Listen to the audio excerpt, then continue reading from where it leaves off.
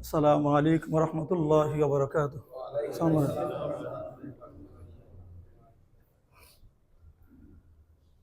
الحمد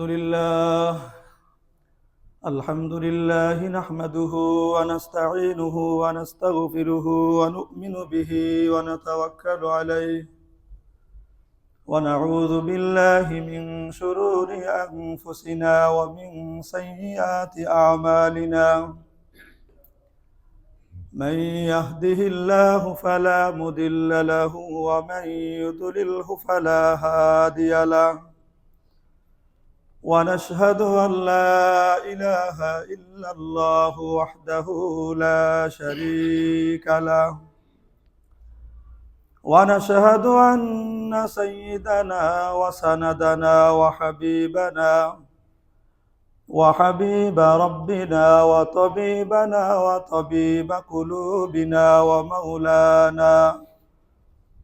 ومولانا محمدا عبده ورسوله، صلى الله تعالى عليه وعلى آله وأصحابه وبارك وسلم تسليما كثيرا. أما بعد، فأعوذ بالله من الشيطان الرجيم. بسم الله الرحمن الرحيم. ألف لام ميم. أحسب الناس أن يتركوا أن يقولوا آمنا وهم لا يفتنون. ولقد فتنا الذين من قبلهم فليعلمن الله الذين صدقوا وليعلمن الكاذبين. صدق الله مولانا العظيم وصدق رسوله النبي الكريم، ونحن على ذلك من الشاهدين والشاكرين، والحمد لله رب العالمين. قال النبي صلى الله عليه وسلم: محمد وعلى آل محمد كما صليت على إبراهيم وعلى آل إبراهيم إنك حميد مجيد. اللهم بارك على محمد وعلى آل محمد كما باركت على إبراهيم وعلى آل إبراهيم إنك حميد مجيد. আলহামদুলিল্লাহ সুম্মা আলহামদুলিল্লাহ। আল্লাহ সুবহানাহু ওয়া তাআলার দরবারে অসংখ্য অগণিত শুকরিয়া যে আল্লাহ সুবহানাহু ওয়া তাআলা আমাদেরকে মুমিন বানাইছেন। মুমিন হতে পারা, আখিরাতের প্রতি বিশ্বাস স্থাপন করতে পারা, আল্লাহর প্রতি ঈমান আনতে পারা, আল্লাহকে বিশ্বাস করতে পারা, বলে এটা এই পৃথিবীর সবচেয়ে বড় নেক আমল। যে আমাকে যে আল্লাহ তাআলা ঈমান দিয়েছেন, আমাকে যে আল্লাহ তাআলা মুমিন বানাইছেন। এই পৃথিবীতে যত মানুষ আছে বেশিরভাগ মানুষই আল্লাহ তাআলাকে বিশ্বাস করে না, এক আল্লাহকে বিশ্বাস করে না। 500 কোটিরও বেশি মানুষ আল্লাহকে বিশ্বাসই করে না, আল্লাহকে মানেই না। আল্লাহর প্রতি তাদের ঈমান নাই, আখিরাতের প্রতি তাদের ঈমান নেই, আমাদের নবীর উপর তাদের ঈমান নেই, যার কারণে তারা কাফির হিসাবে দুনিয়াতে পরিচিত। তো আল্লাহ তাআলা যে আমাকে আপনাকে আখিরাতের প্রতি ঈমান আনার, আল্লাহকে বিশ্বাস করার, কিয়ামতকে বিশ্বাস করার, আল্লাহর নবীর উপর ঈমান আনার তৌফিক আল্লাহ আমাদেরকে দান করছেন, এটা আমাদের জীবনের সবচেয়ে বড় সৌভাগ্য যে আল্লাহ তাআলা আমাদেরকে যে মুমিন বানাইছেন। এই জন্য আল্লাহ তাআলার দরবারে শুকর আদায় করি, যিনি আমাদেরকে মুমিন হিসাবে দুনিয়াতে বেঁচে থাকার তৌফিক দান করেছেন। আল্লাহ কবুল করুক, বলেন আমিন।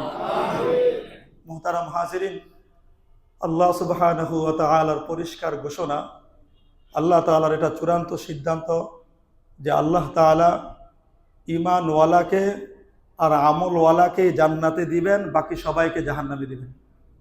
এটা আল্লাহ তাআলার ফয়সালা।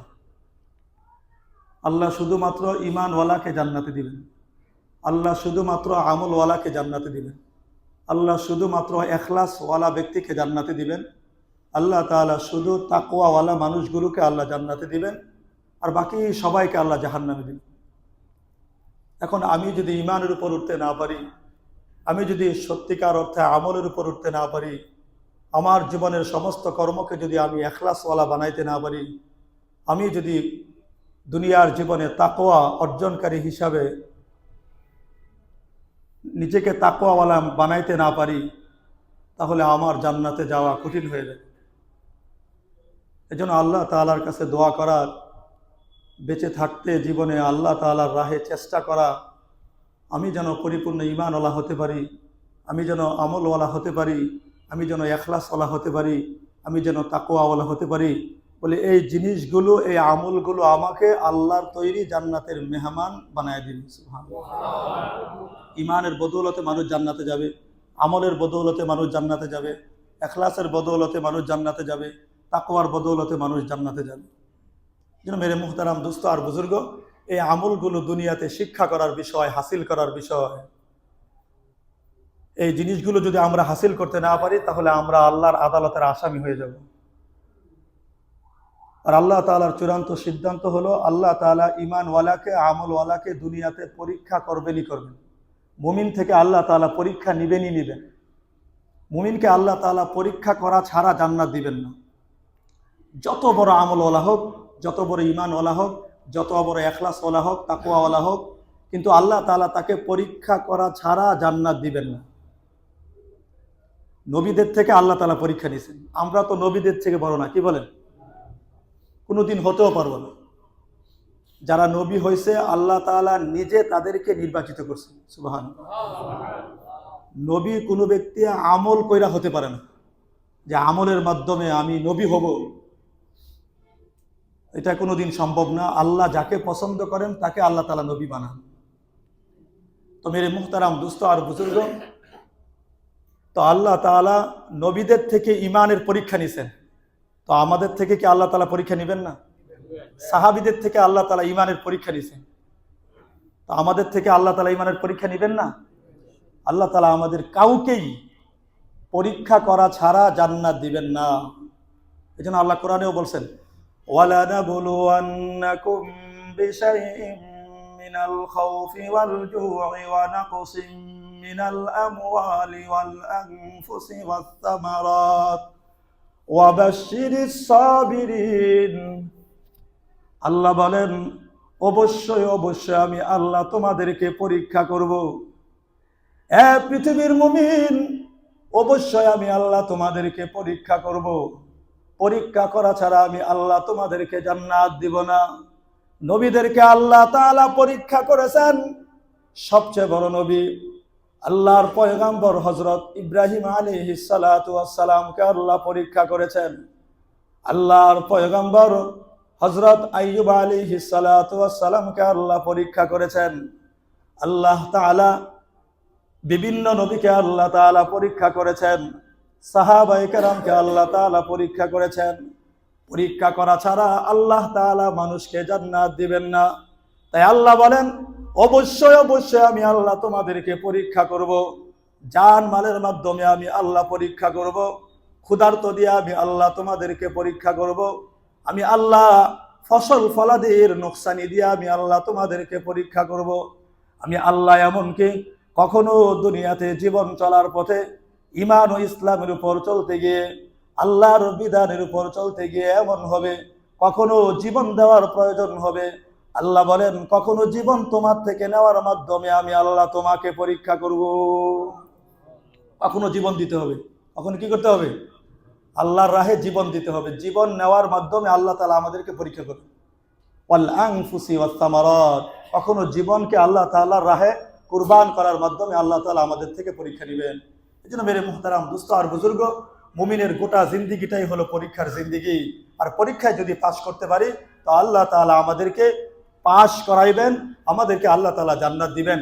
এজন্য আল্লাহ তাআলার পরীক্ষায় আমরা পাশ করতে চাই কি চাই না? এজন্য আল্লাহ তাআলা যে সমস্ত বিষয়ের মাধ্যমে আমাদের থেকে পরীক্ষা নেবেন, ওই পরীক্ষা আমরা চূড়ান্তভাবে সফলতা অর্জন করতে চাই কি চাই না? আল্লাহ কবুল করুক, বলেন আমিন। মুহতারাম হাজিরিন, আল্লাহ তাআলা যতগুলো বিষয়ের মাধ্যমে বান্দাকে পরীক্ষা করবেন, এর মাঝে আল্লাহ তাআলা একটা পরীক্ষার বস্তু বানাইছেন আল্লাহ তাআলা দাজ্জালকে। দাজ্জালের মাধ্যমে আল্লাহ তাআলা আমাদেরকে পরীক্ষা করবেন। দাজ্জাল আছে না নাই? দাজ্জাল কিয়ামতের আগে পৃথিবীতে আসবে কি আসবে না? দাজ্জালের মাধ্যমে আল্লাহ তাআলা আমাদের থেকে পরীক্ষা নেবেন। এই পৃথিবীর সবচেয়ে বড় ফিতনা হবে দাজ্জালের ফিতনা। সবচেয়ে বড় ফিতনা দাজ্জালের ফিতনা। দাজ্জাল আসল দাজ্জাল বাহির হওয়ার আগে আরো কিছু দাজ্জালি ফিতনা আমাদের সামনে আসবে, আর সেইগুলো এসেও গেছে। তো সবচেয়ে বড় ফিতনাবাজের নাম হলো দাজ্জাল। আল্লাহর নবী সাল্লাল্লাহু আলাইহি ওয়াসাল্লাম বলেন, কিয়ামতের নিকটবর্তী সময়ে দাজ্জালের আগমন ঘটবে। দাজ্জাল কবে আসবে বলেন? কিয়ামতের নিকটবর্তী সময়ে দাজ্জালের আগমন ঘটবে। ওই দাজ্জালকে দিয়ে আল্লাহ তাআলা মুমিন মুসলমানের ঈমানের পরীক্ষা নেবেন।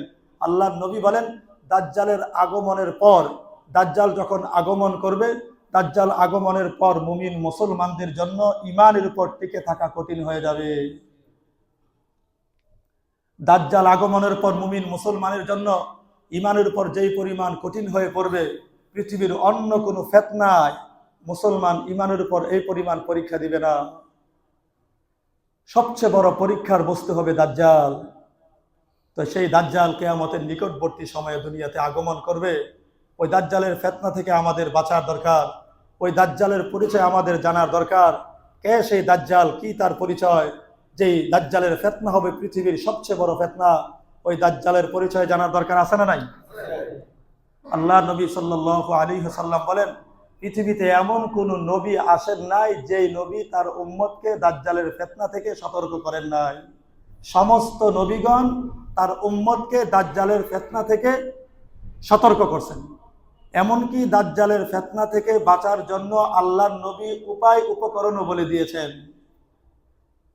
নবীজি সাল্লাল্লাহু আলাইহি ওয়াসাল্লাম একদিন সাহাবায়ে কেরামকে ডাক দিয়ে বলেন, সাহাবীরা শোনো, আমি নবী তোমাদের সামনে দাজ্জালের একটা পরিচয় তুলে ধরছি।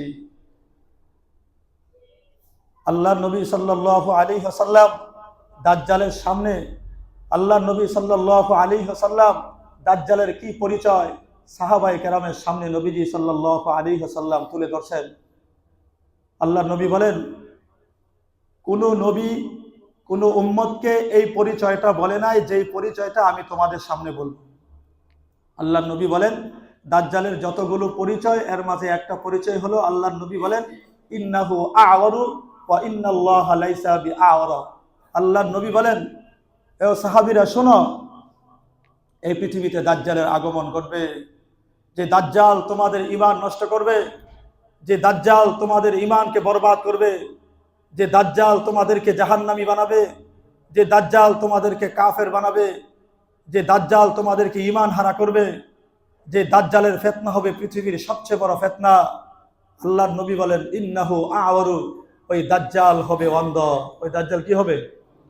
বলেন, মুসলমানদেরকে আল্লাহ তাআলা পরীক্ষা করার জন্য কিয়ামতের নিকটবর্তী সময়ে যে দাজ্জাল পাঠাবে, সেই দাজ্জালের একটা পরিচয় হলো দাজ্জাল কি হবে? অন্ধ হবে। আর আল্লাহর নবী বলেন, ওয়া ইন্নাল্লাহা লাইসা বিআ'ওয়ার। আল্লাহর নবী বলেন, আর আমরা যে প্রভুর উপর ঈমান এনেছি সেই আল্লাহ অন্ধ নন।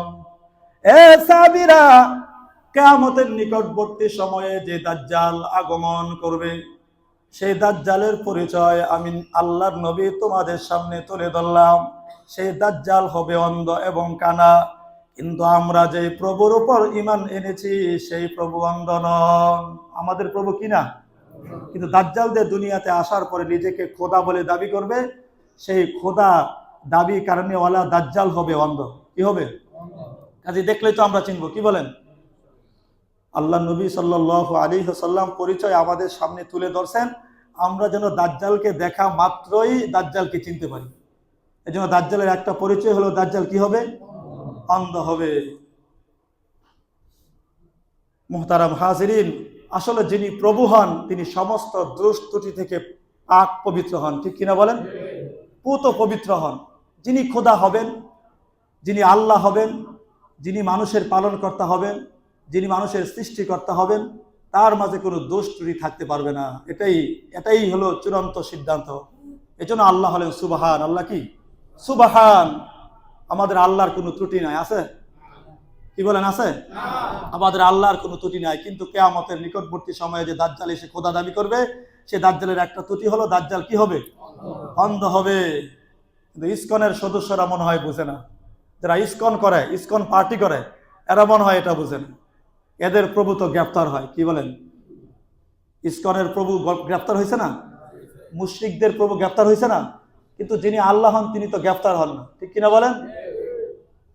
এই জন্য মেরে মুহতারাম দোস্ত আর বুজুর্গ, আমরা ইসকনদের সদস্য যারা আছে এদেরকে আমরা বলে দিতে চাই যে তোমরা গুমরাহির ভিতরে আছো, তোমরা পথভ্রষ্টতার ভিতরে আছো, তোমরা জাহান্নামের পথে আছো।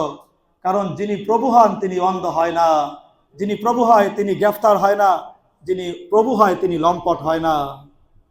ইসকনদের যে প্রভু চিন্ময় কৃষ্ণদাস সে লম্পট, আপনারা দেখছেন না? তার ভিডিও দেখছেন না? সে লম্পট।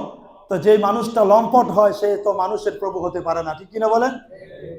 সে মানুষের প্রভু হতে পারে না। তো মেরে মুহতারাম দোস্ত আর বুজুর্গ, কিয়ামতের নিকটবর্তী সময়ে দাজ্জাল আসবে। দাজ্জাল আসার পরে নিজেকে প্রভু বলে দাবি করবে। আর সেই দাজ্জালের পরিচয় নবীজি দিয়েছেন, হে আমার উম্মত মুমিন মুসলমানেরা শোনো, দাজ্জালের একটা পরিচয় হলো দাজ্জাল অন্ধ হবে। দাজ্জাল কি হবে? অন্ধ হবে। দাজ্জালের আরো কতগুলো পরিচয় আল্লাহ নবী সাল্লাল্লাহু আলাইহি ওয়াসাল্লাম হাদিসে উল্লেখ করছেন। দাজ্জালের 2 নম্বর পরিচয় আল্লাহ নবী সাল্লাল্লাহু আলাইহি ওয়াসাল্লাম উল্লেখ করছেন যে দাজ্জাল মানব জাতিরই একজন হবে। এটা জিন জাতি থেকে হবে না, এটা ফেরেশতা জাতি থেকে হবে না, দাজ্জাল মানব জাতির থেকেই হবে। বলেন দাজ্জাল কোন জাতি থেকে হবে? মানব জাতিরই একজন হবে দাজ্জাল। দাজ্জালের আরেকটা পরিচয় নবীজি তুলে ধরছেন যে দাজ্জাল বৃদ্ধ হবে না, দাজ্জাল হবে টকবকে যুবক। দাজ্জাল কি হবে? যুবক বয়সের হবে। দাজ্জাল অন্ধ হবে, দাজ্জাল মানব জাতিরই একজন হবে, দাজ্জাল টকবকে যুবক হবে। 4 নম্বর আল্লাহ রসুল বলেন দাজ্জালের আরেকটা পরিচয় হলো দাজ্জালের গায়ের রং হবে লাল। দাজ্জালের গায়ের রং কি হবে? লাল হবে। যেন লাল গাওয়ালা দেখলেই বুঝবো যে দাজ্জাল নাকি না। কিয়ামতের নিকটবর্তী সময়ে যখন আসবে তখন কারো শরীরের রং লাল হলে তাকে আমরা দাজ্জাল বলবো না, ঠিক কিনা বলেন? তো দাজ্জালের শরীরের রং কি হবে বলেন? লাল হবে। নবীজি সাল্লাল্লাহু আলাইহি ওয়াসাল্লাম দাজ্জালের আরেকটা পরিচয় তুলে ধরছেন। নবীজি বলেন দাজ্জালের মাথার চুল কোকড়ানো হবে। কি হবে? কোকড়ানো হবে। আমাদের সমাজেও কিছু মানুষের চুল কোকড়ানো দেখা যায় কিনা? আবার তারা দেখলেই বললেন না যে সে দাজ্জালের ছোট ভাই, না, দাজ্জালের চুল কি হবে? কোকড়ানো হবে। দাজ্জালের আরেকটা পরিচয় আল্লাহ নবী তুলে ধরছেন যে দাজ্জাল নির্বংশ হবে, দাজ্জালের কোনো সন্তান হবে না, কোনো সন্তান থাকবে না। দাজ্জালের আরেকটা পরিচয় নবীজি সাল্লাল্লাহু আলাইহি ওয়াসাল্লাম তুলে ধরছেন যে দাজ্জালের কপালে কাফের শব্দ লেখা থাকবে। কি শব্দ লেখা থাকবে? কাফের শব্দ লেখা থাকবে। আরবি দা কি দিয়া? যারা আরবি পারেন না, তারা আরবি শিখেন না, এরা কি করবেন? আল্লাহ নবী সাল্লাল্লাহু আলাইহি ওয়াসাল্লাম বলছেন শিক্ষিত অশিক্ষিত সকল মুমিন সে দাজ্জালের লেখা পড়তে পারবে। দাজ্জালের কপালে যে কাফের শব্দ লেখা থাকবে, সে শিক্ষিত মুমিন হোক আর অশিক্ষিত মুমিন হোক, আরবি জানুক আর না জানুক, সমস্ত মুমিন যে মুমিন হবে সত্যিকার অর্থে, সে দাজ্জালের কপালের কাফের শব্দ লেখা সে পড়তে পারবে। আল্লাহ তাআলা আমাদেরকে দাজ্জালের ফিতনা থেকে বাঁচাক, বলেন আমিন। মেরে মুহতারাম দোস্ত আর বুজুর্গ, দাজ্জালের ফিতনা সবচেয়ে বড় ফিতনা। দাজ্জালের ফিতনা সবচেয়ে বড় ফিতনা। আল্লাহর নবী সাল্লাল্লাহু আলাইহি ওয়াসাল্লাম বলেন, এ সাহাবীরা ভালো করে শুনে নাও, আমি নবী জিন্দা থাকতে যদি দাজ্জালের আগমন হয়, আমি বিশ্ব নবী দুনিয়াতে জিন্দা থাকা অবস্থায় যদি দাজ্জালের আগমন হয়, তাহলে আমি বিশ্ব নবী একাই দাজ্জালের মোকাবেলা করব। নবী কি কিছু? আমি জিন্দা থাকা অবস্থায় যদি দাজ্জালের আগমন হয়, তাহলে আমি নবী একা দাজ্জালের মোকাবেলা করব। আর আমি বিশ্ব নবী দুনিয়া থেকে বিদায় হওয়ার পরে যদি দাজ্জালের আগমন ঘটে, তাহলে তোমরা সকলেই দাজ্জালের ফিতনা থেকে নিজেকে বাঁচাবে। দাজ্জালের ফিতনা বড় ফিতনা। দাজ্জাল আসার আগেই তো আমরা দাজ্জালের ফিতনায় পড়ে গেছি। যখন দাজ্জালের এক হাতে থাকবে রুটির পাহাড়, আরেক হাতে থাকবে বুনা গোশতের পাহাড়, আর যাদের ঘরে খানা থাকবে না, কিয়ামতের আগে এমন একটা সময় আসবে কারো ঘরে কোনো খানা থাকবে না, না একটা ধানের দানা থাকবে, না একটা গমের দানা থাকবে, না একটা শস্য দানা থাকবে, পৃথিবীতে কোনো খাবার থাকবে না। আর সেই অবস্থায় দাজ্জালের এক হাতে থাকবে রুটি, আরেক হাতে থাকবে গোশত বুনা। আর আঙ্গ মতো যারা খাচ্ছর মুমিন আছি,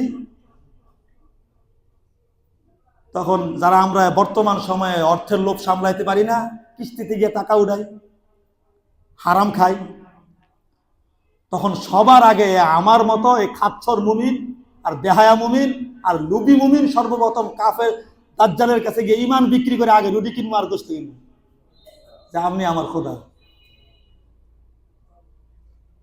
যেন আল্লাহ তাআলা আমাদেরকে হেফাজত করুক, বলেন আমিন। দাজ্জালের ফিতনায় তারাই পড়বেন যারা এই জামানায় কিস্তির লোভ সামলাতে পারেন না, ব্যাংকের থেকে লোন না নিয়ে কুরবানি করতে পারেন না, ব্যাংকের থেকে লোন না নিয়ে ব্যবসা করতে পারেন না, তারা দাজ্জালের ফিতনাইতে পড়বে, এতে কোনো সন্দেহ নাই। দুনিয়ায় তুচ্ছ স্বার্থকে যারা সামলাতে পারে না, কিয়ামতের মুহূর্তে যখন পৃথিবীর কোনো ঘরে খানা থাকবে না, সেদিন দাজ্জালের হাতে রুটি আর গোশত থাকবে, ওই সমস্ত মুসলমানেরা দাজ্জালের ফিতনায় পড়বেই পড়বে, এতে কোনো সন্দেহ নাই। আসেন ভালো হয়ে যায়। এত টিয়াদা কি করবেন? মিজান কাকায় মারা গেছে, আলহাজ মিজানুর রহমান সাহেব মারা গেছে, এটা আসলে কোনো দোষের কথা না। ওনাকে দোতলাতে আর উঠানো হয় নাই, ওনাকে আর দোতলাতে উঠানো হয় নাই। রাত 12টার সময় লাশটা নিয়ে আসছে। স্ত্রী এই কথা বলে নাই যে আজকে জীবনের শেষ রাত্রটা আজকে আমার সাথে থেকে যা, আমার সাথে ঘুমাক, একসাথে ঘুমায় না। ওনাকে আর দোতলাতে উঠানো হয় নাই, ওনাকে নিচতলাতে শীতের রজনীতে রাখা হয়েছে। এত লোভ করে কি করবো কন? এত লোভ করে কি করবেন? এত টেয়া জমায় কি করবেন? খাইয়া মরতাতেন না তো, আল্লাহর কসম খাইয়া মরতাতেন না। এটা পরীক্ষিত আমার। এই জন্য নিয়ত করেন ইনশাল্লাহ ব্যাংক থেকে টাকা উঠাবো না, ইনশাল্লাহ বলেন। সুদের উপর টাকা লাগাবো না, ইনশাল্লাহ বলেন। সবাই কয় না নাকি? বলেন সুদের থেকে টাকা উঠাবো না, ইনশাল্লাহ। চক্রবৃদ্ধি হারে সুদ খাবো না, ইনশাল্লাহ। এই একটা কথা যদি মানতে পারেন তো কামিয়াব। আর যদি এই কথাটা শুধু মানতে, ইসলামের সব বিধান মানছেন কিন্তু এইটা মানেন নাই, তো আল্লাহ তাআলা বলছে তোমার সাথে আমি আল্লাহর যুদ্ধের ঘোষণা। কিসের ঘোষণা? আল্লাহর সাথে বান্দার যুদ্ধের ঘোষণা। পরাজয় যে নিশ্চিত, এতে কোনো সন্দেহ নাই, ঠিক কিনা বলেন? এই জন্য মুহতারাম হাজিরিন, দাজ্জাল আসার আগে আমাদের ঈমানকে নবায়ন করতে হবে, ঠিক কিনা বলেন? এই জন্য কিয়ামতের আগে দাজ্জাল আসবে। দাজ্জাল কোন দেশ থেকে বের হবে, দাজ্জাল এই পৃথিবীতে কতদিন বাঁচবে, দাজ্জালকে কে হত্যা করবে, কোথায় হত্যা করবে, দাজ্জাল কোথায় ঢুকতে পারবে না, এই সমস্ত বিষয়গুলো মুমিন মুসলমানদের জানার দরকার আছে না নাই? নবীজি সাল্লাল্লাহু আলাইহি ওয়াসাল্লাম সব কিছু বলে গেছেন। দাজ্জাল কোন দেশ থেকে বের হবে, দাজ্জাল কোন দেশ থেকে বের হবে। নবীজি সাল্লাল্লাহু আলাইহি ওয়াসাল্লাম এক হাদিসে বলছেন যে দাজ্জাল ইরানের খোরাসান এলাকা থেকে বের হবে। কোন এলাকা থেকে বের হবে? ইরানের খোরাসান এলাকা থেকে বের হবে। আরেক হাদিসে আল্লাহ রাসূল বলছেন পৃথিবীর একটা জায়গার নাম হচ্ছে আসবাহান, সে আসবাহান নামক এলাকা থেকে কিয়ামতের নিকটবর্তী সময়ে দাজ্জালের আগমন ঘটবে। আবার আরেক হাদিসে আল্লাহ নবী বলছেন, আরেক বর্ণনায়, যে শাম আর ইরাকের মধ্যবর্তী এলাকা থেকে দাজ্জালের আগমন ঘটবে। তাহলে বলেন দাজ্জাল কোন দেশ থেকে বের হবে? এক বর্ণনায় আছে ইরানের খোরাসান এলাকা থেকে, আরেকটা বর্ণনা আছে আসবাহান এলাকা থেকে, আরেকটা বর্ণনা আছে শাম এবং ইরাকের, সিরিয়া এবং ইরাকের মধ্যবর্তী এলাকা থেকে দাজ্জালের আগমন ঘটবে। এটাই চূড়ান্ত ফায়সালা। খোরাসান এলাকা থেকে দাজ্জালের আগমন ঘটবে। মুহতারাম হাজিরিন, তো ওই দেশ থেকে তো দাজ্জাল বের হবে, কিন্তু এখন দাজ্জাল কোথায় আছে? এখন দাজ্জাল কোথায় আছে? অনেকে হয়তো নেটে দেখছেন, অনেকে হয়তো নেটে শুনছেন, বিভিন্ন বয়ান বক্তৃতায় শুনছেন যে বর্তমান সময়ে দাজ্জাল কোথায় আছে। পৃথিবীর সবচেয়ে বড় ফিতনাবাজের নাম হলো দাজ্জাল। ওই দাজ্জাল বর্তমান সময়ে কোথায় আছে এই ব্যাপারে 4টা রাওয়ায়াত আছে। কয়টা? 4টা। একটা রাওয়ায়াত আছে যে দাজ্জাল বর্তমান সময়ে শাম দেশের ভূমধ্য সাগরে আছে। কোথায়?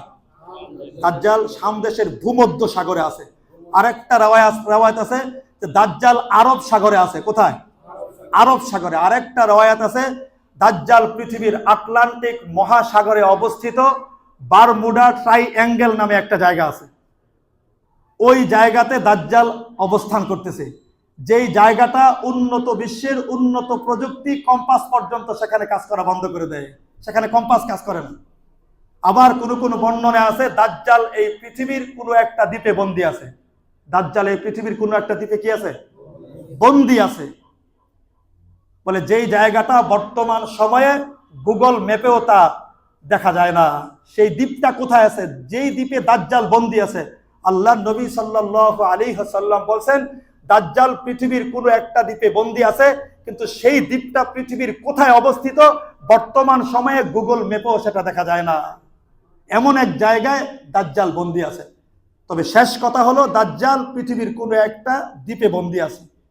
দাজ্জালের যেই হাদিসটি আল্লাহর নবী বর্ণনা করেছেন, এখানে একটা মজার ব্যাপার হলো আল্লাহর নবী সাল্লাল্লাহু আলাইহি ওয়াসাল্লামের যত সাহাবী আছে সমস্ত সাহাবীরা আল্লাহর নবী থেকে হাদিস বর্ণনা করেছেন। ঠিক কিনা বলেন?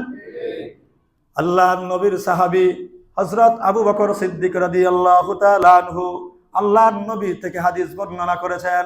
হযরত ওমর রাদিয়াল্লাহু তাআলা আনহু আল্লাহর নবী থেকে হাদিস বর্ণনা করেছেন। হযরত ওসমান রাদিয়াল্লাহু তাআলা আনহু আল্লাহর নবী থেকে হাদিস বর্ণনা করেছেন। হযরত আবু হুরায়রা রাদিয়াল্লাহু তাআলা আনহু আল্লাহর নবী থেকে হাদিস বর্ণনা করেছেন।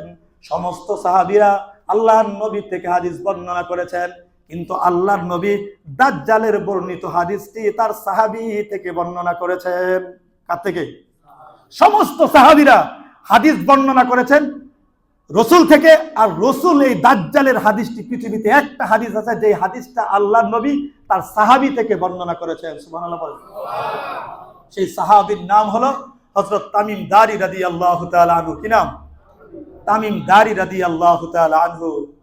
এই সাহাবীর মর্যাদা কম না বেশি বলেন? যে আল্লাহর নবী ওই সাহাবী থেকে হাদিস বর্ণনা করেছেন। ওই সাহাবীর কি পরিচয়? বলে ওই সাহাবী হলো তামিম দারি রাদিয়াল্লাহু তাআলা আনহু। সেই সাহাবী যেই সাহাবী সর্বপ্রথম মসজিদে নববীতে বাতি জ্বালাইছেন। সর্বপ্রথম মসজিদ নববীতে যিনি বাতি জ্বালাইছেন তার নাম হযরত তামিম দারি রাদিয়াল্লাহু তাআলা আনহু। মুহতারাম হাজিরিন, শুধু তাই না, যখন মদিনার ঘাটি থেকে আগুন বের হয়ে আসছে, খলিফাতুল মুসলিমিন ওমর রাদিয়াল্লাহু তাআলা আনহুর কাছে বলা হয়েছে, ও খলিফাতুল মুসলিমিন, মদিনার ঘাটি থেকে আগুন বের হয়ে আসতেছে। তা আল্লাহ নবীর সাহাবী ওমর রাদিয়াল্লাহু তাআলা আনহু তামিম দারি রাদিয়াল্লাহু তাআলা আনহুকে ডাকলেন আর বললেন, ওই মদিনার ঘাটি থেকে আগুন বের হয়ে আসছে, যাও আগুন গর্তের ভিতরে ঢুকাই দিয়ে আসো। ওই সাহাবী গেলেন, গিয়া বললেন, ইয়া নার উদখুল ফিল গার। এই কথা বলতে দেরি হয়েছে, আগুন গর্তের ভিতরে ঢুকতে দেরি করে না। আগুন মানুষের কথা শুনছে। ওই তামিম দারি রাদিয়াল্লাহু তাআলা আনহু থেকে আল্লাহর নবী হাদিস বর্ণনা করেছেন দাজ্জালের হাদিসটি। তো মেরে মুহতারাম দোস্ত আর বুজুর্গ, কিয়ামতের নিকটবর্তী সময়ে দাজ্জাল আসবে। দাজ্জালের ফিতনা থেকে আমাদের সবার সতর্ক থাকতে হবে। ঠিক কিনা বলেন? দাজ্জালকে কে হত্যা করবে? আমাদের হত্যা করার দরকার নাই। দাজ্জালকে হত্যা করার জন্য আল্লাহ তাআলা লোক নির্ধারণ করে রাখছে। আল্লাহর নবী সাল্লাল্লাহু আলাইহি ওয়াসাল্লাম বলেন, কিয়ামতের নিকটবর্তী সময়ে যখন দাজ্জাল আসবে, তো দাজ্জালকে হত্যা করার জন্য আল্লাহ তাআলা আসমান থেকে ঈসা আলাইহিস সালাতু ওয়াস সালামকে পাঠাবেন। আল্লাহর পয়গম্বর ঈসা আলাইহিস সালাতু ওয়াস সালাম দাজ্জালকে হত্যা করবেন। দাজ্জালকে কি করবেন?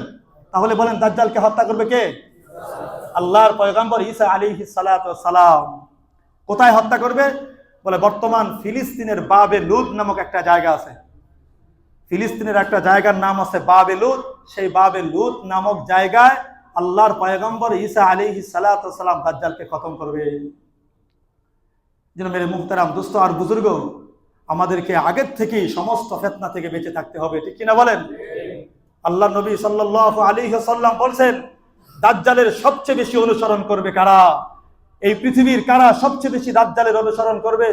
আল্লাহর নবী সাল্লাল্লাহু আলাইহি ওয়াসাল্লাম বলেন, দাজ্জালের সবচেয়ে বেশি অনুসরণ করবে এই পৃথিবীর ইহুদিরা। এই পৃথিবীর সবাই বলেন কারা? ইহুদিরা সবচেয়ে বেশি দাজ্জালের অনুসরণ করবে। আর কারা করবে? আল্লাহ নবী সাল্লাল্লাহু আলাইহি ওয়াসাল্লাম বলেন, আমার উম্মতের মুসলমান, আমার উম্মতের নারীরা সবচেয়ে বেশি দাজ্জালের অনুসরণ করবে। দাজ্জালের অনুসরণ করবে দুই দল সবচেয়ে বেশি, এক দল হলো ইহুদি, আরেক দল হলো নারী। আরেক দল কি? নারী।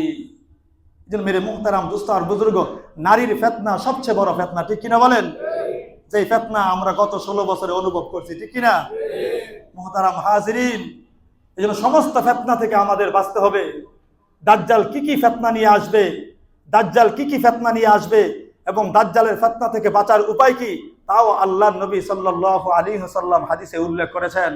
মুহতারাম হাজিরিন, দাজ্জাল এই পৃথিবীতে আসবে, এই পৃথিবীতে মুসলমানের সামনে ফিতনা আসবে, এই মুসলমানদের সামনে, দুনিয়ার মুসলমানদের সামনে ইমানের পরীক্ষা আসবে। আল্লাহর নবী সাল্লাল্লাহু আলাইহি ওয়াসাল্লাম বলে গেছেন যে ১৫০০ বছর আগে যে মুমিন মুসলমানের উপর কি পরিমাণ ফিতনা আসবে, অন্ধকার রাত্রি টুকরার মতো মুসলমানদের কাছে ফিতনা আসবে। বিএনপি সরকারের আমলে যেই পরিমাণ ফিতনা ছিল, হাসিনার আমলে এর চেয়ে আরো বেশি ফিতনা হয়েছে, ডক্টর ইউনূসের আমলে আরো বেশি ফিতনা, ঠিক কিনা বলেন? যেন আমাদের কিয়ামত যত নিকটবর্তী হবে ফিতনা তত বাড়তেই থাকবে, ঠিক কিনা বলেন? আর এই পৃথিবীর সমস্ত জালিমরা হলো দাজ্জালেরই চেলা, ঠিক কিনা বলেন? এই পৃথিবীতে যত ফিতনাবাজ আপনি দেখবেন, আমাদের এলাকার যদি আমিও ফিতনা করি, মনে করবেন আমিও দাজ্জালের চেলা। আপনি যদি করেন তো আপনিও হবেন একজন দাজ্জালের চেলা। এই পৃথিবীর সমস্ত জালিম, এই পৃথিবীর সমস্ত ফিতনাবাজরা হলো দাজ্জালেরই চেলা। আপনার দ্বারা যদি এলাকার ফিতনা হয়, আপনার দ্বারা যদি মসজিদে ফিতনা হয়, আপনার দ্বারা যদি আপনার ঘরের ভিতরে ফিতনা হয়, আপনার দ্বারা যদি আপনার সমাজে ফিতনা হয়, বুঝে নিবেন আপনি হলেন দাজ্জালের সেই চেলা। এই পৃথিবীর সমস্ত জালিম, এই পৃথিবীর সমস্ত ফিতনাবাজরা হলো দাজ্জালেরই চেলা। এর মধ্যে একটা ফিতনাবাজের নাম হলো ভারতের গুরুদাসপুরের গুরুদাস, গোলামের গোলাম, গোলাম আহমদ কাদিয়ানি। গোলাম আহমদ কাদিয়ানি, সে হলো দাজ্জাল। আল্লাহ নবী সাল্লাল্লাহু আলাইহি ওয়াসাল্লাম ১৫০০ বছর আগে বলে গেছেন, সায়াকুনু ফি উম্মতি দাজ্জালুনা কাজ্জাবুন কুল্লুহুম ইয়াজামু আন্নাহু নাবিয়্যুন ওয়া আনা খাতামুন নাবিয়্যিন লা নাবিয়্যা বাদি। আল্লাহ রাসূল বলেন, আমার আবির্ভাবের পর এই পৃথিবীতে যারা নবী হওয়ার দাবি করবে তারা সবাই হবে মিথ্যাবাদী দাজ্জাল। তারা সবাই কি হবে? মিথ্যাবাদী দাজ্জাল। কাজে গোলাম আহমদ কাদিয়ানি নিজেকে নবী দাবি করেছে। নিজেকে কি দাবি করছে ভাই? নবী দাবি করছে। কাজী গোলাম আহমদ কাদিয়ানি দাজ্জাল, গোলাম আহমদ কাদিয়ানি কাফের। তাকে যারা অনুসরণ করবে তারাও কাফের। গোটা পৃথিবীর সমস্ত ওলামায়ে উম্মতের ফতোয়া, কাদিয়ানীদেরকে যারা কাফের বিশ্বাস করবে না, বলবে না, তারাও হয়ে যাবে কাফের। নাউজুবিল্লাহ বলেন। কাজী বলেন, কাদিয়ানি ফিতনা থেকে বাঁচার দরকার আছে না নাই? কাদিয়ানি এক ফিতনা, আরেকটা ফিতনা হলো সাদিয়ানি ফিতনা। কি ফিতনা? এই বর্তমান সময়ে সাদিয়ানি ফিতনা, যিনি কোরআন হাদিসের মন গড়া ব্যাখ্যা করে উম্মতের ঈমানকে নষ্ট করতে চায়, ঠিক কি না? এই সাদিয়ানি ফিতনা কাদিয়ানি ফিতনা থেকেও আরো মারাত্মক। আপনারা বুঝবেন না, এই সাদিয়ানি ফিতনা কাদিয়ানি ফিতনা থেকেও আরো মারাত্মক। কাদিয়ানি ফিতনা আমাদের ঘরে ঘরে ঢুকে নাই, আমাদের এলাকায় এলাকায় ঢুকে নাই, আমাদের মহল্লায় মহল্লায় ঢুকে নাই। কাদিয়ানিরা আমাদের ওলামায়ে কেরামকে রক্তাক্ত করে নাই। কাদিয়ানি ফিতনা আমাদের মাদ্রাসাগুলোকে আক্রমণ করে নাই। কাদিয়ানিরা আমাদের মুসলমানদেরকে ঢালাও ভাবে, আমাদের ওলামায়ে কেরামকে ঢালাও ভাবে ধর্ম ব্যবসায়ী বলে গালি দেয় নাই। কিন্তু এই সাদিয়ানিরা ঢালাও ভাবে আমাদের মাদ্রাসার উপর আক্রমণ করেছে, আমাদের ভাইদেরকে রক্তাক্ত করেছে, আমাদের ওলামায়ে কেরামকে রক্তাক্ত করেছে, আমাদের ওলামায়ে কেরামকে ধর্ম ব্যবসায়ী বলে ঢালাও ভাবে গালি দিয়েছে। তাই কাদিয়ানি ফিতনা থেকে আরো বেশি মারাত্মক হলো সাদিয়ানি ফিতনা, যে কারণে ওলামায়ে কেরাম বাধ্য হয়েছে আজকের এই দিনে গোটা বাংলাদেশের 64 জেলার প্রত্যেক মসজিদ থেকে মিছিল বের হবে। এটা ওলামায়ে কেরামের সিদ্ধান্ত। রাজি আছেন ইনশাআল্লাহ? মেরে মুহতারাম দোস্ত আর বুজুর্গ, সমস্ত ফিতনা থেকে আমাকে বাঁচতে হবে। আপনি এত চালাকি মনে করেন না। আপনি কোরআন পড়েন নাই, আপনি হাদিস পড়েন নাই, আপনি শরীয়তের মাসলা মাসাইল সম্পর্কে আপনার জানা নাই। কিয়ামতের মাঠে যদি আপনি আজকে ওলামায়ে কেরামের পক্ষে না থাকেন, ওলামায়ে কেরামের ফতোয়াকে যদি আপনি বিশ্বাস না করেন আর মেনে না নেন, তো কিয়ামতের মাঠে যদি আল্লাহ জিজ্ঞেস করে, এ পণ্ডিত তুই না বড় পণ্ডিত আসিলি? এ পণ্ডিত, গোটা পৃথিবীর সমস্ত ওলামায়ে কেরাম, দারুল উলুম দেওবন্দ সহ গোটা পৃথিবীর সমস্ত ওলামায়ে কেরাম যে সাদের ব্যাপারে যে সিদ্ধান্ত নিয়েছিল এবং তার দলের ব্যাপারে যে সিদ্ধান্ত নিয়েছিল, ওই ব্যাপারে তোর ভূমিকা কি ছিল বল? তো সেদিন কি জবাব দিবি? আর গোটা পৃথিবীর সমস্ত ওলামায়ে কেরামের ফতোয়া ডিঙ্গিয়ে যাওয়ার অধিকার এই পৃথিবীর কোনো বাপের বেটার হয় না, ঠিক কিনা বলেন? এই পৃথিবীর কোনো বাপের বেটার হয় নাই। এজন্য মেরে মুহতারাম দোস্ত আর বুজুর্গ, আমরা মৃত্যু পর্যন্ত ওলামায়ে কেরামের সাথে থাকবো তো ইনশাআল্লাহ? ওলামায়ে হক্কানির সাথে থাকবো তো ইনশাআল্লাহ? যারা যারা ইনশাআল্লাহ কয় না এরা হয়তো থাকতো না। দেখা গেল জানাজা পড়াইবো কেনা? যারা আপনারা ওলামায়ে কেরামকে ঘৃণা করেন, ওলামায়ে কেরামকে থেকে ভাল লাগে না, বিত্তে জ্বলে, তা আপনার জানাজা পড়াবে কেনা? ঈদের নামাজ পড়াবে কেনা? ওলামায়ে কেরামকে দিয়ে পড়ায়েন না। আরে উঠাল মধ্যে লাগাই। এই জন্য মেরে মুহতারাম দোস্ত আর বুজুর্গ, ওলামায়ে হক্কানির সাথে যদি না থাকেন তাহলে আপনাদের ঈমান নিয়ে মরা বড় কঠিন হয়ে যাবে, ঠিক কিনা বলেন? এই জন্য ওলামায়ে হক্কানির সাথে থাকবো তো ইনশাআল্লাহ? মুহতারাম হাজিরিন, আর নোয়াপাড়াবাসীর উদ্দেশ্যে আমি একটা কথা বলতে চাই। শুধু নোয়াপাড়ার বিষয়ে আমি শুধু একটা কথা বলতে চাই। আমার এই কথাটা নোয়াপাড়ার যুবক বলেন, বৃদ্ধ বলেন, অভিভাবক আছেন যারা, তারা আমার কথাটাকে কিভাবে নেবেন আমি সেটা জানি না। হয়তো আজকের দিনের পরে আমার চাকরি নাও থাকতে পারে, আজকের দিনের পরে আমার চাকরি নাও থাকতে পারে, কিন্তু নোয়াপাড়ার উদ্দেশ্যে আমি বলতে চাই, এই দেশের ভিতরে যতগুলো আইন শৃঙ্খলা রক্ষাকারী বাহিনী আছে, এর মাঝে একটা বাহিনীর নাম হলো পুলিশ বাহিনী। কি বাহিনী? সবাই বলেন কি বাহিনী? পুলিশ বাহিনী। পুলিশ বাহিনীর দায়িত্ব হলো তারা রাতের অতন্ত প্রহরী হয়ে আমাদেরকে পাহারা দিবে। পুলিশের দায়িত্ব হলো তারা আমাদের সেবা করবে। পুলিশের দায়িত্ব হলো তারা আমাদের জানমালের নিরাপত্তা দিবে। পুলিশের দায়িত্ব হলো তারা আমাদের সেবা করে যাবে, সর্বদিক থেকে তারা আমাদেরকে সাহায্য সহযোগিতা করবে। তাই বলি কি আমার সন্তান পুলিশের উপর হামলা চালাবে? তাই বলে কি আমাদের সন্তানেরা থানায় হামলা চালাবে? তাই বলে কি আমাদের সন্তানেরা থানায় ভাঙচুর করবে? যেই সমস্ত ভাইয়েরা থানায় হামলা চালিয়েছে, যেই সমস্ত ভাইয়েরা থানা ভাঙচুর করেছে, যেই সমস্ত ভাইয়েরা থানার পুলিশদের উপর আক্রমণ চালিয়েছে, আমি মনে করি এরা এদেশের সচেতন কোনো নাগরিক হতে পারে না, ঠিক কিনা বলে? যারা পুলিশের উপর হামলা চালায়, যারা থানার উপর হামলা চালায়, যারা থানা ভাঙচুর করে, তারা এদেশের কোন সচেতন নাগরিক হতে পারে না। মুহতারাম হাজিরিন, আজকে বড় দুঃখ লাগে, সন্তানের কারণে বাবার হাতে হ্যান্ডকাপ লাগে, ছোট ভাইয়ের কারণে বড় ভাইয়ের হাতে হ্যান্ডকাপ লাগে, অপরাধীর কারণে আজকে নিরপরাধের হাতে হ্যান্ডকাপ লাগে। সেই দিন বেশি দূরে নয়, আমার মনে হয় সেই দিন বেশি দূরে নয়। আপনি যদি সচেতন না হন অভিভাবক হিসাবে, আমি যদি সচেতন না হই, নোয়াপাড়ার অভিভাবক যারা আছেন, অভিভাবক যারা আছেন, বৃদ্ধ যারা আছেন, সচেতন মুসলমান যারা আছেন, যুবকদের পিতামাতা যারা আছেন, আপনারা যদি এখনো সতর্ক না হন, নোয়াপাড়ার যুবকগুলিকে যদি আপনারা সতর্ক করতে ব্যর্থ হন, এদেরকে সচেতন করতে না পারেন, নিয়ন্ত্রণ করতে না পারেন, সেই দিন বেশি দূরে নয় এই সমস্ত যুবকদের অপরাধের কারণে আপনার হাতেও হ্যান্ডকাপ লাগবে। সেই দিন বেশি দূরে নয়। আপনার গাফলতির কারণে, আপনার অবহেলার কারণে আজকে আপনার সন্তান পুলিশের উপর হামলা চালায়, থানা ভাঙচুর করে, ঠিক কিনা বলেন? নোয়াপাড়ার যুবকদের প্রতি আমার উদাত্ত আহ্বান, আপনাদের প্রতি দুশ্মনী নিয়ে আমি বলছি না। হে নোয়াপাড়ার যুবক ভাইরা, তোমার কারণে আজকে আমার নোয়াপাড়ার আদর্শ গ্রামের বদনাম হচ্ছে, তোমার কারণে তোমার মা বাবার বদনাম হচ্ছে, তোমার কারণে তোমার ভাই বোনের বদনাম হচ্ছে, তোমার কারণে এলাকার মুরব্বীদের বদনাম হচ্ছে, নোয়াপাড়ার এলাকার বদনাম হচ্ছে। এমন একটা ইতিহাস বলে নোয়াপাড়ার এলাকার ছিল, কোথাও আসামি ধরা পড়লে যদি নোয়াপাড়ার বলতো, এই জায়গাটাই না আসামি পুলিশ ছেড়ে দিত। কি করতো? সেই এলাকাকে যারা বদনাম করেছ, সে এলাকার ইজ্জত সম্মান যারা লুণ্ঠন করেছ, তোমাদের প্রতি আমাদের আহ্বান, তোমাদের প্রতি আমাদের আহ্বান, ওই সমস্ত মানুষের সাথে চলাফেরা করে ছেড়ে দাও।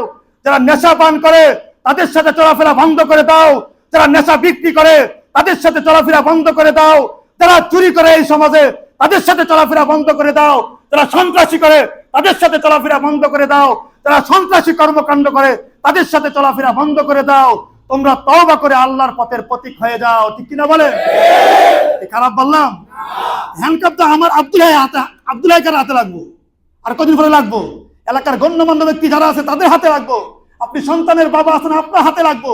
যদি আমরা যদি যুবকদেরকে কন্ট্রোল করতে না পারি, যদি এলাকার মুরব্বী যারা আছেন আপনারা ঐক্যবদ্ধ হন, এলাকার যুবকগুলোকে ডাকেন, যাদের দ্বারা এই কাজটা হতে চলছে এদেরকে একত্রিত করেন, এদেরকে বুঝান যে তোমরা আমাদের সম্মানকে অক্ষুণ্ণ রাখার চেষ্টা করো, সমাজের বদনাম করিও না, সমাজের বদনাম করিও না, তোমাদের মা বাবার বদনাম করিও না, এলাকার বদনাম করিও না। এদেরকে ঐক্যবদ্ধ করে এদেরকে ডেকে এদেরকে বুঝান। যদি আপনারা না বুঝান, বুঝাতে গিয়ে ব্যর্থ হন, তাহলে এর অবাল আর এর পরিণাম কিন্তু আমাদেরই ভোগ করতে হবে, ঠিক কিনা বলেন?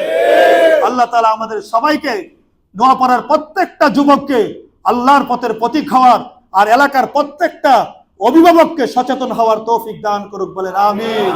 ওয়া আখিরু দাওয়ানা